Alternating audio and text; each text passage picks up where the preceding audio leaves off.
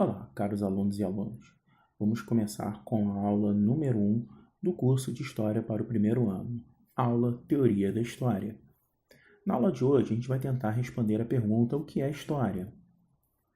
Também vamos comparar dois casos para tentar discutir a verdade histórica. E, claro, enaltecer a importância do estudo da história para o nosso presente. Vamos à aula? A primeira pergunta que eu acho que deveria ser feita sempre por todos os professores, e também não só da parte aí de história, mas todas as outras disciplinas, é: o que é a sua disciplina? No meu caso, a pergunta sempre se vale: o que é a história? Então a gente começa a definir a história como um corpo de fatos ocorridos no passado e verificados por um historiador. Essa parte de verificados por um historiador é a parte-chave, porque é o historiador que vai construir, é o historiador que vai buscar, através da pesquisa, saber que fato histórico é importante, é relevante a ser estudado pela humanidade. Ali uma ideia de um historiador fazendo sua pesquisa nas fontes, nos documentos. A história estuda o passado, portanto, tudo que a humanidade fez do início da escrita até o que ocorreu recentemente.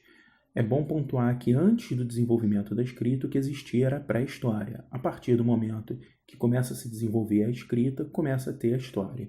E a história também, ela é o passado, vai até o passado recente. Há uma discussão grande aí se a história, os historiadores deveriam se debruçar por fatos mais recentes ou não. Em tese, a gente prefere ter um espaçamento de tempo maior, em torno aí de talvez 20, 30 anos, para você poder fazer uma análise melhor. Ali, olha, a imagem mostra o sujeito olhando os hieróglifos, aí uma ideia de escrita aí do Egito Antigo e tudo mais, você vai interpretar ela. Então, a história vai começar a partir do desenvolvimento da escrita. Os fatos históricos. Bom, vamos lá. Qualquer fato pode ser interpretado pelo historiador, dos mais impactantes para a sociedade aos mais corriqueiros.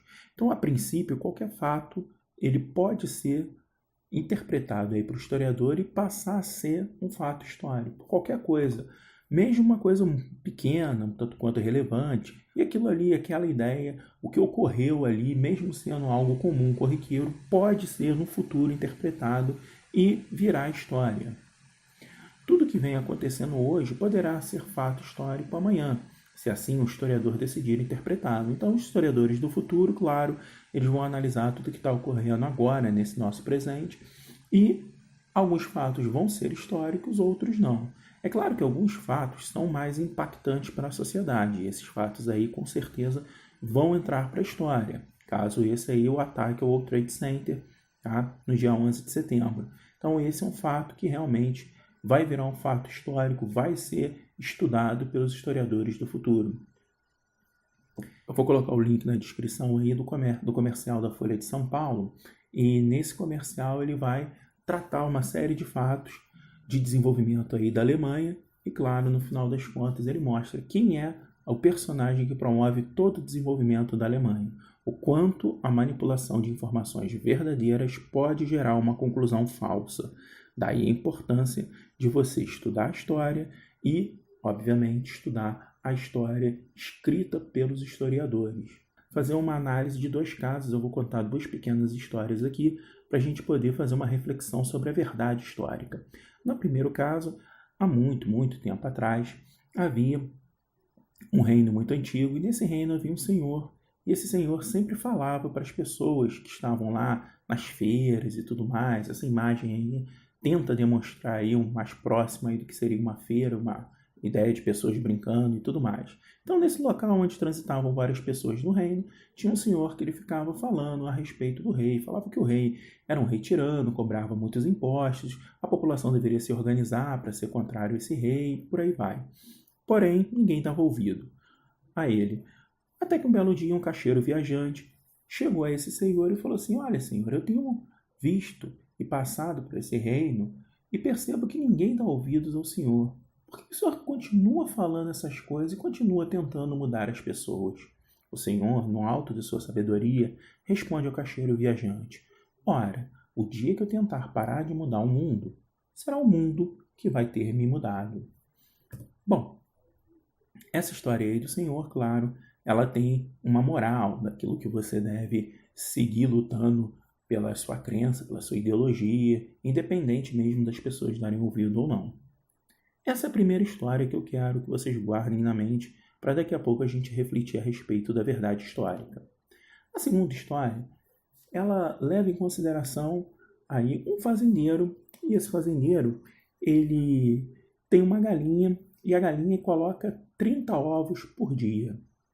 E ao conversar com um amigo, o amigo não acredita na história da galinha desse fazendeiro e vai dizer que não, que é impossível uma galinha botar 30 ovos.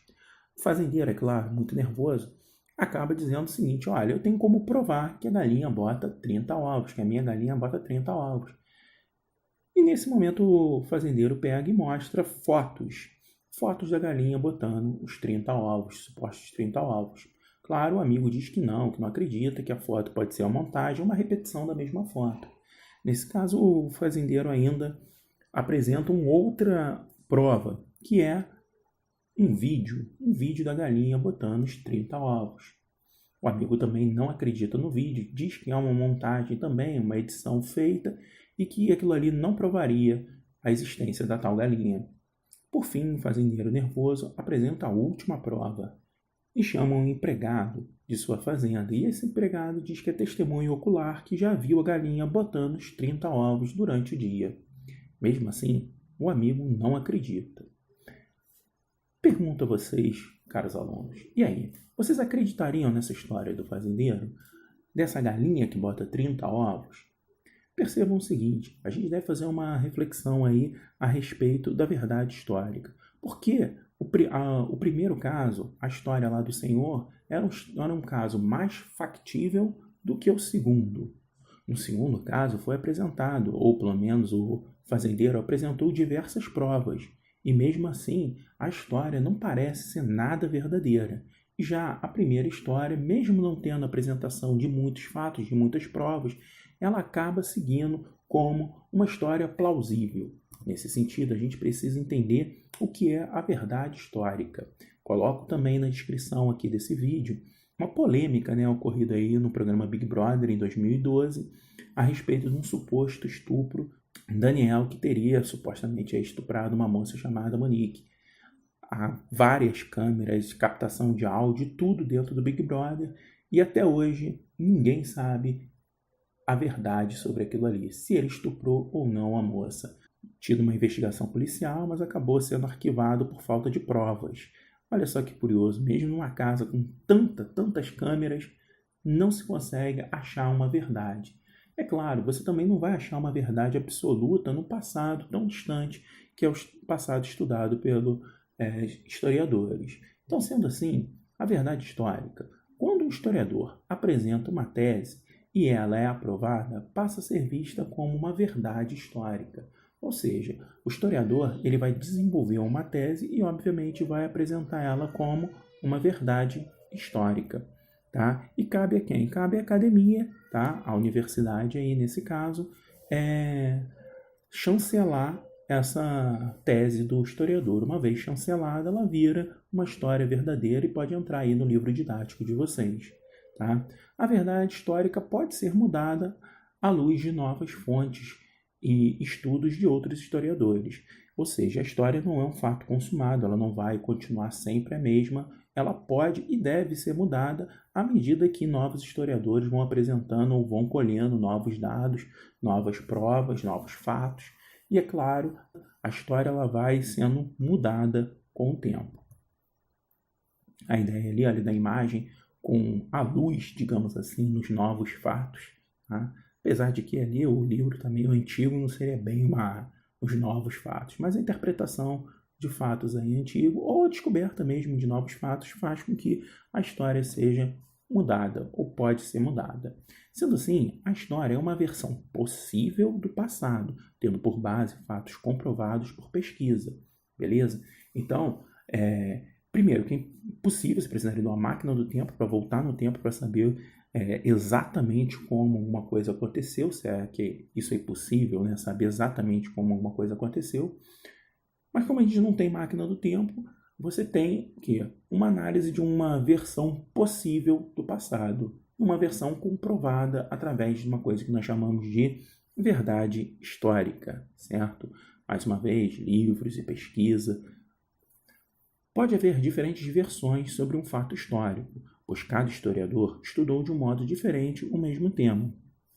Isso aí costuma acontecer também. Então você tem o mesmo tema, o mesmo fato, e ele é visto por dois ângulos diferentes pelos historiadores. No livro O que é História, do Edgar Hallett Carr, ele traz uma imagem muito bacana a respeito disso.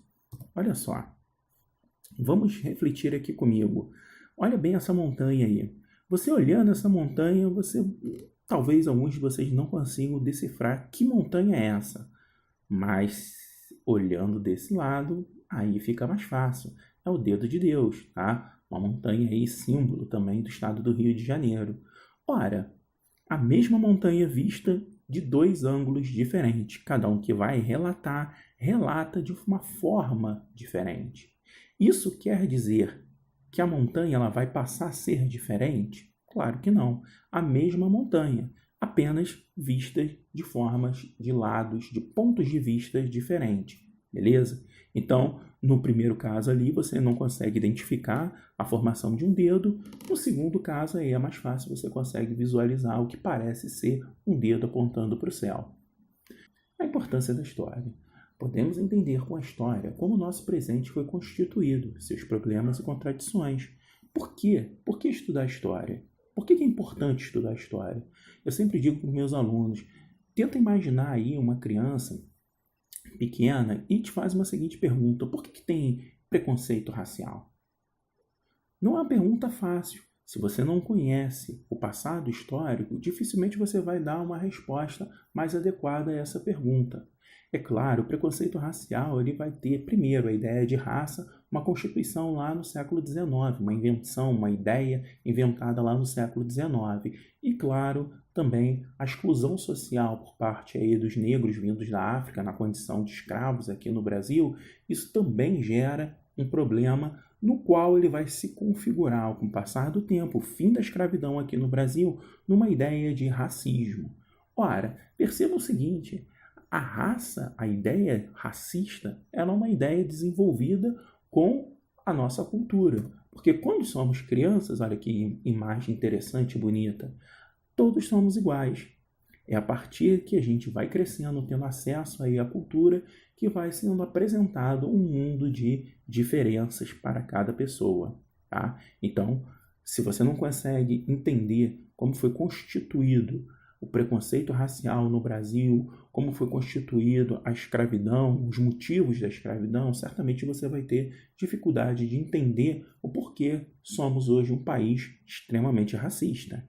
Percebemos que somos parte da construção histórica de nosso tempo, podendo assim atuar como agentes transformadores de uma sociedade melhor. Qual a ideia? Se eu tenho um conhecimento histórico, se eu sei quais são os problemas, as contradições, eu posso, a partir desse conhecimento, buscar algumas soluções para a minha vida e também umas soluções para construir uma sociedade melhor, mais igualitária, tá? Ou pelo menos uma sociedade com menos preconceitos. Beleza? Agora acabou, obrigado por assistirem minha aula. Até semana que vem.